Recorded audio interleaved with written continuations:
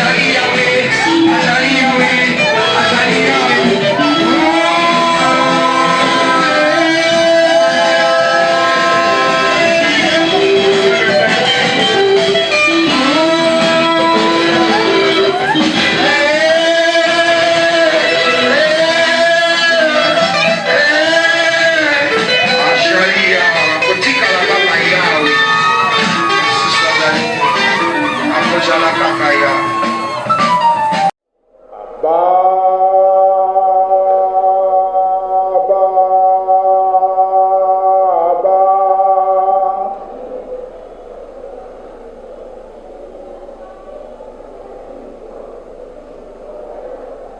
L'éternel des armées, que nous soit béni.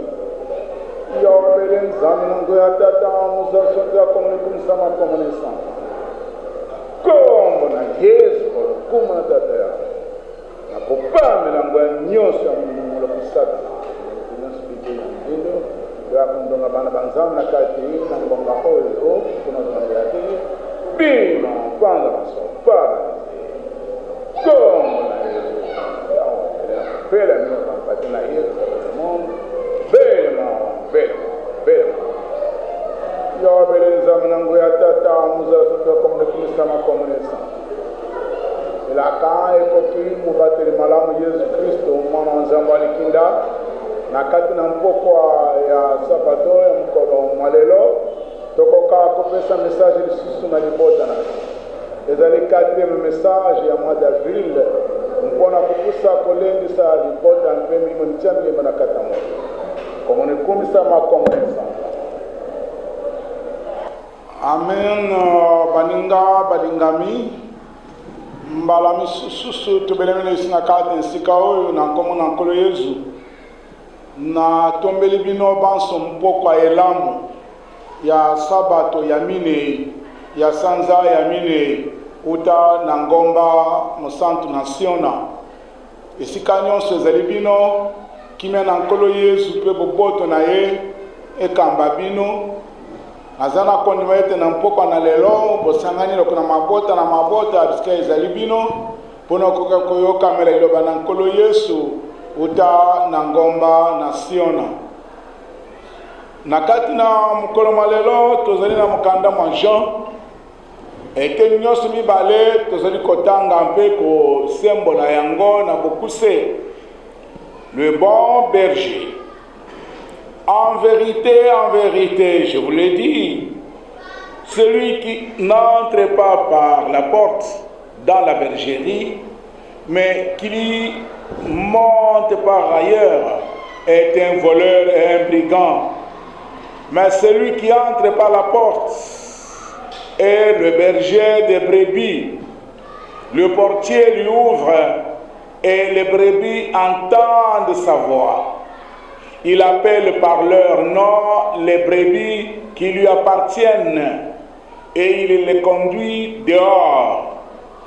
7 à 10. Jésus leur dit encore, en vérité, je vous l'ai dit, je suis la porte des brebis.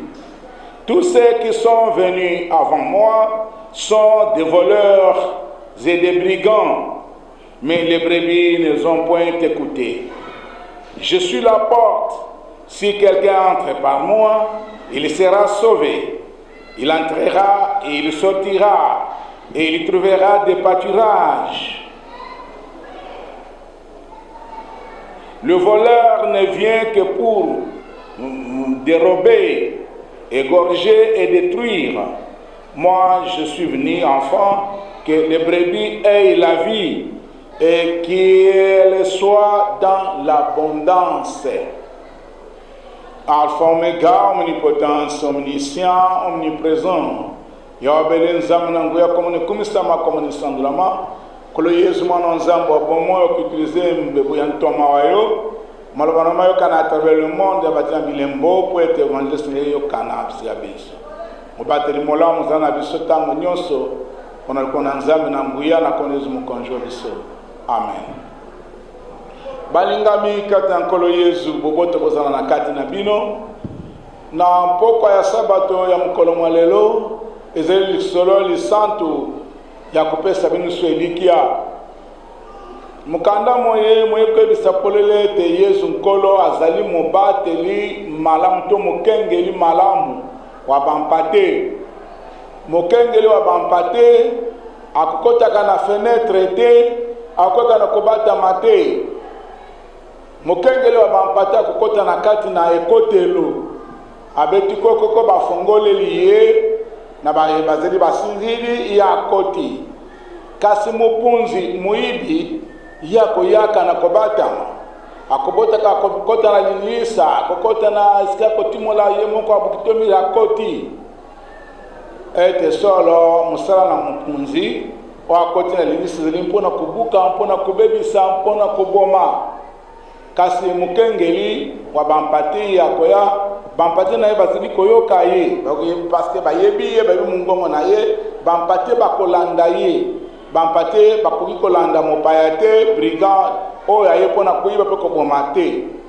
Na ntango yango kolo alobi ete bampati yango bakokota na kimia, ye moko akotambola na nsima ya aza liboso ya bampati na ye, bampati bazali kolanda ye na nsima mpo ete atalisa bango nzela. Ezali sango malamu lelo ngai na yo na kati na mapango ma Jerusalem na ngomba Siona. Oyeba ete but principal tondimelaki mwana na moto mpona bomo ebwaseko ete nzambe alingaki mokili mingi yango atindi mwana oyo alikinda Yesu Kristo po ete oyo nyonso akondimela ye akupunga te, akufa te, maza bombo aseko. Dieu a tant aimé le monde qu'il a envoyé son fils Jésus-Christ, afin que quiconque croit en lui ne périsse point, mais qu'il ait la vie éternelle. Nakati na mukanda mwa Jean 3:16 yango wana nzambe alingaki mokili mingi. Ataba mokili baboyi nzambe. Ataba mokili batiene kulusu mwana na nzambe na bomo Yesu Kristo po ete bakoka kobebisa bakakroyant ete bakodomine na manso nzoka nzaki mpona interet Yesu akufa asekwa aza na bomoi po ete mokili moyelo mbungaki nzela muzwa lisusu lobiko. Malgré ça, kino na liwa na ekulusu nkolo Yesu angangi alibe ete tata limbisa bango parce que bayebi ko bazali kosala te. Yesu nkolo aye mpona koboma te, Yesu aye mpona kopesa bomoi. Ok, te solo nkolo na bomoi aye azali mokengeli malamu. Lobi toaki na psalm 91 otolandaki psalm 91 kolo na bomoi ya abibele abito nyuso kimi na sala mpapu na ye akobatela malamu na ndenge longo bani. Yango ana nakati na mpoko na lelo eba ete mokenge malamu azali se Yesu nkolo mwana na nzambo alikinda ali nzungu te, mpungu te, likasa te, medaille ya occultisme te. Lokola lelo mingi bakoti na ba loge na makamu na molili, makamu ndenge na ndenge longo bani te, croyant qu'ils trouveront la vie et la paix dans toutes ces choses banales. Or, la paix, la vie se trouve en Jésus-Christ seul. C'est où il y a la paix, c'est où il y a la vie. Lelo yo kolona bomo yazali mukenge limolamu sike ezali yo koza décourager te tuza kokana ecclesia te tokangami na kati ya bikuke bwana bwete sike ezali yo kolo Yesu alobi babale basatu na kombo na ngai nazali kati na bango. Ecclesia ezali bobele ndako ya nzambe monene to ya kusangana te na vele masanto. Ecclesia solo ezali d'abord motema na yo. Après ça, kobanda ndaku na yo lisangaye ya bana na babale basatu. Cellule, la première cellule de l'église, c'est la famille. Donc nampoko na lelo osana libota na yo, ozali koyoka liloba oyo ete masia Yesu mukengeli malamu azali na yo. Ana bino na ndako wana nisika na bakabosani babale basatu. Boza na conviction oyo, boza na kondima oyo, kondima na solo oye komonisa moko na moko miso ya nzambe na mukolo na msuka. Yesu oyo azali mokengeli malamu apesi bomoi na ye mpwete bisutobika afuti nyongo na ngai afuti nyongo na yo ete bisutobika atimetre vraiment en opprobre bomoi na ye atiolami afingami na mokili na ekulusu na tia na ngai na yo. Il a payé notre dette. Il a payé nos erreurs, nos péchés. Jésus a supporté ça sur son corps. Dans son corps, il est mort pour moi et pour toi, afin que nous ayons la vie. Et que nous l'ayons en abondance. Pour vivre na kiti kimi akati ankolo na mokili nase, par après que zo bomo ibaseko o ezali bomo yebo kosi la kate. Yango na kata mokolo malelo, kolo azali kobela yo ndeko na ngai. Mupendo katika Kristo Yesu. Yeye ni mchungaji wako, yeye ni mchungaji mwema. Yeye ni mulango wako, mulango wa kondoo. wote wenye wanaingia katika Kristo wataingia kwa usalama na watatoka kwa usalama, watatoka katika furaha kuu, watapata malisho mema. Bwana atakukulisha, atakushibisha, atakuchunga na kulinda vema. Na katina mukanda mwa Ezekiel nkolo alobiete bino ba pasteur mbo zali komilesa bino moko botelengani si bampate na ngai na mokili, batelenga bampate batelanga bipai biso, bampate bakeya na exile bipande na ndenge basangi bazangi mokenge. Na bongo na verset 11 alobini nihete, car ainsi parle le Seigneur l'Éternel, voici j'aurai soin moi-même de mes brebis et j'en ferai la revue. J'aurai soin moi-même de mes brebis et j'en ferai la revue.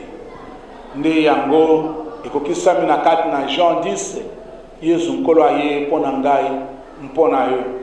Alobi ete ayebi nkombo ya mpate na mpate.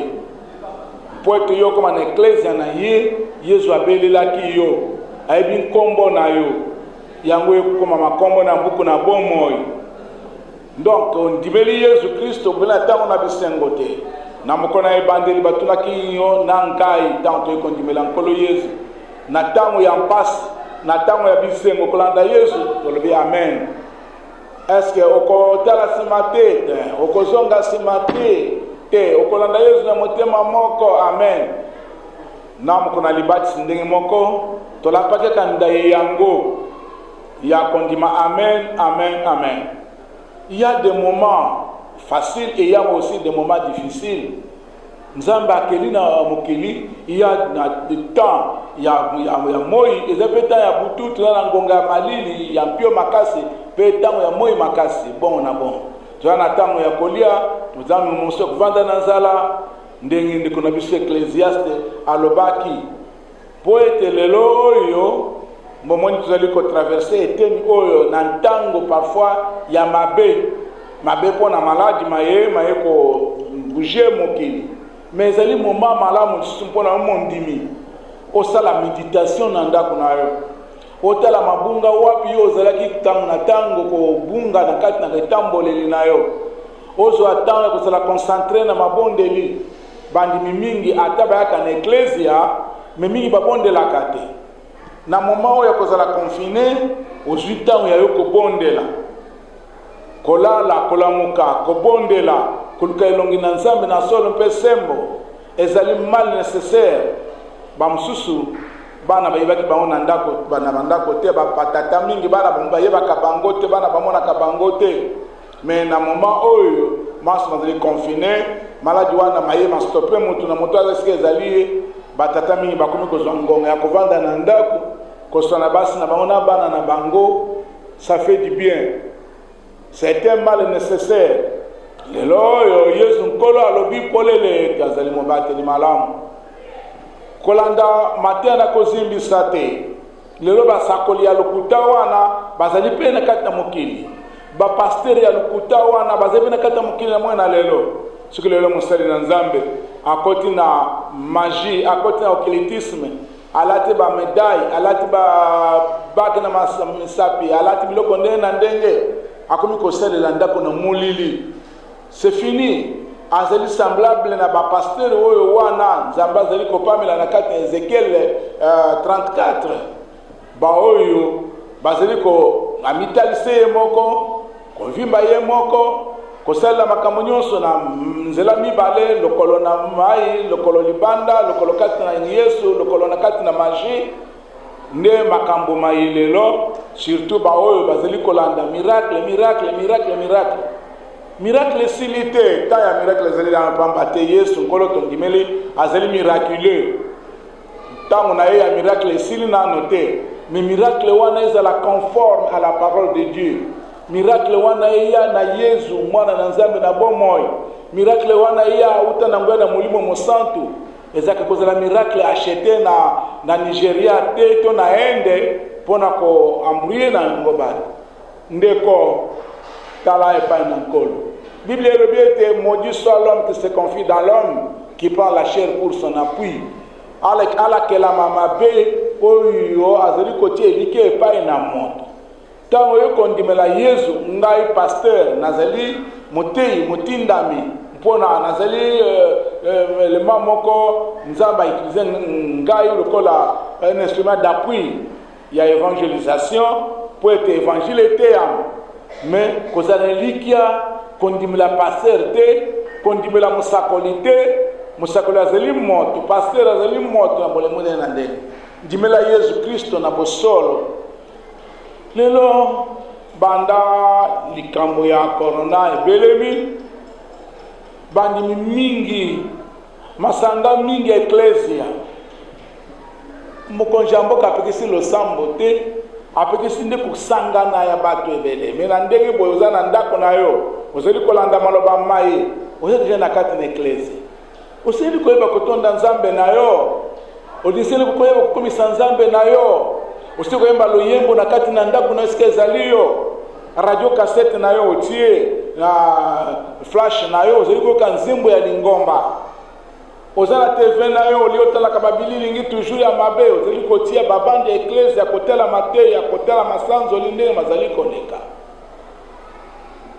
mbampate na Yesu mingi bazali deja kotengama na kobunga lelo lingomba na Yesu d'ici là vous aurez 50 ans d'existence na kati na mokili mwa Congo démocratique. Lelo bima ekei à travers le monde mais bima ngo ebotami wa awa bisika na vangi lelo awa na ngomba nation na panzi 43 45 47 bisika likambo ya bima ebandeli depuis le 13 février 1971 lelo bandeko bato botimbuma bato bakebi pana bipai na ba bandeko tiola lobi lelo bango nyonso bakomi au nom de Jésus esprit impur sortez na kombo na Yesu bima. Voilà, nous avons gagné le pari yango wana na kati mukolo mwalelo Yesu nkolo azali ekuke ya bampate mingi bazali ko mzwa koko sipo na nini parce que bazali ko tanga Yesu na munoko tiankolo Yesu na motema na yo ndima na bosolo etaza na bomoy ndima etazali nkolo na yo azali na yo ndoko ba ko supporter ecclesia na ye na makambo manso église corps de Christ ezali supporter na biso bampate biso bandimi ndeto ebi 50 ans yango ezali koya kolo asengi bino inauguration ya misala miso bizali kosako na lingomba na ye kombo na yo ezali loboko na yo ya kosunga kotonga lingomba ezali na mikolo mi oyo mutu na mutu akenda ko na yo ozali kokanisa eklezia ya Yesu ozali kokanisa lisusu lingomba ete eza na mosala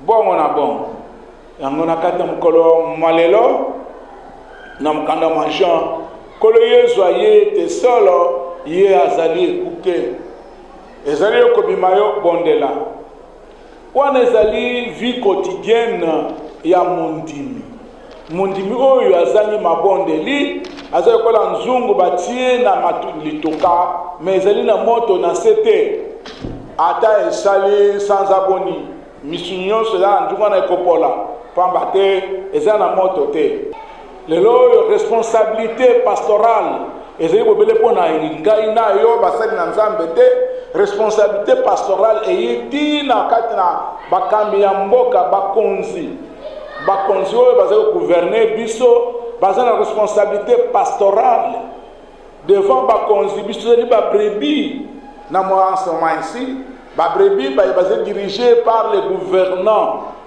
donc bakonzi basali kokamata soin ya peuple lokola lobaki moko na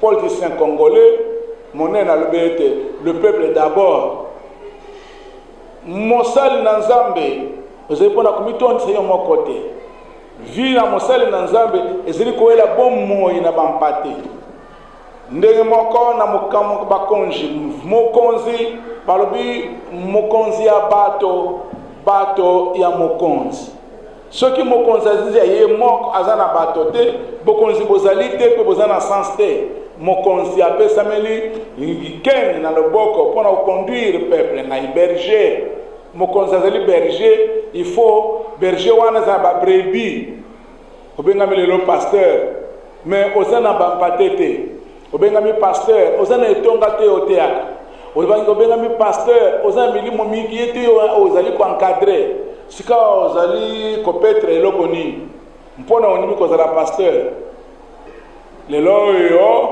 banso tokamata responsabilité keba na bampate oyo bazali kobunga nzela bampate bazali kobunga na ntina ya bapasteur na bisalela keba na kokamba soki omoni peuple na yo nyonso bakokima kokende na exil kokende na bamboka ya bapaya il faut sosola natelemi wapi pourquoi mon peuple est dispersé esengo na bakambi oyo bazali kokongola kosangisa mabota bazali na kati na bango na tribalisme te bazali kopona te kosangisa mabota oyo nyonso azali koya na esprit ya tribalisme o ekolo boy evanda wate mwana boyinono na bongi te kozala mokambi na mboka azali mosangisi mpamba te bakosamba devant kolo abomoyi kolo akotuna mokambi na bato napesaki yo bazali wapi kolo akotuna pasteur bampate napesaki yo bazali wapi. C'est pourquoi nous sommes dans le souci de vous parler tous les jours, même en distance, même dans nos chambres, nous vous parlons à travers les écrans, à travers les médias, nous vous parlons, nous vous enseignons la parole de Dieu. La parole de Dieu doit être transmise à tout moment, dans le bon moment et dans le moment difficile. Nous devons enseigner la parole de Dieu. Ce qui va nous arrêter, peut-être la mort, mais quand nous sommes vivants, nous sommes contraints de parler de Jésus-Christ à tout moment. Partout où vous êtes, parlé de Jésus. C'est lui, c'est celui-là seul qui est le sauveur, c'est celui-là seul qui a le pouvoir de la protection que Dieu lui a donné pour transférer à son peuple. Le peuple de Dieu, vous allez dans votre téléphone, communiquez-vous partout, dans le message, Yesu Mobate Malam. Tuzo kota na mukoloma lendi lobi tomani poso ya Yesu Mobate malamu la mukina tongo psono 91 obondeli Yesu Mobate malamu psono 23 le très mon berger ma bondeli wana banjembo wana to psono wana ezali très significatif ngona lelo yo sepela poete Mobate malamu azali nayo na banzo zali ko banga peut-être ozakana mwanzungu na sambete ozakana singa olataka na kingo to na loketo ozana banzambe mibale nzambe moko na monoko nzambe moko na loketo oyo abatama stasmala ozali ne ekimelo ya solo to za mobateli ya solo te mo ayabike na mondo na loketo te na kana seka mboloko na kingo te na kana linzaka boete nzungu ya bukoko ezali te donc l'espoir na yo ezali bien bâti ezali ndako ya libanga otongi likono na libanga oyo azali Yesu Kristo kondima na yo eko kokola kokemba na solo pampate na Yesu bakoka lulaka na ye bakoya epai na ye ozali mpate na Yesu ndeko oyokaka mateya ndeko olingaka bisakoli ndeko obondelaka ndeko oyeba kosunga lingomba na kati na eklesia yo ndeko mondimi lero yango oyo ozali mobundeli wa bosembo to ozali mobundisi wa bosembo ona nyonso ya mituna osili komituna sika ezali yo tout ce temps ici oso okisima bondeli boni na eklesia to na carnet série première série 2 série 3 série 4 kino série 7 d'un à 7 série de carnets.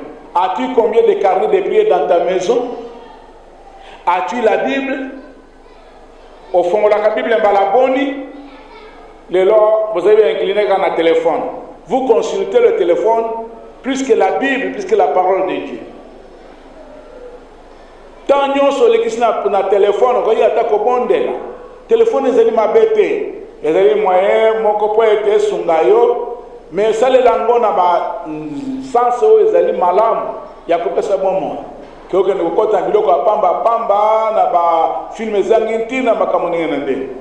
Yango wana na kata mukolo malelo poso ya lobi ezali Yesu mobateli malamu yebisa bana na yo Yesu azali mobateli malamu papa loba na ndeko mama na mama kolo Yesu azali mobateli malamu soko tozangi kolia lelo lobi nkolo akopesa biso ama ya kopesa biso lelo kona kolia tokokufa te pamba tozali confiné te Yesu abini azali kosala tona bosenga ete maladi wana mazala stoppé déjà ngai na katina kondima ndake ntoma na Yesu. Moi je ne vois pas cette maladie.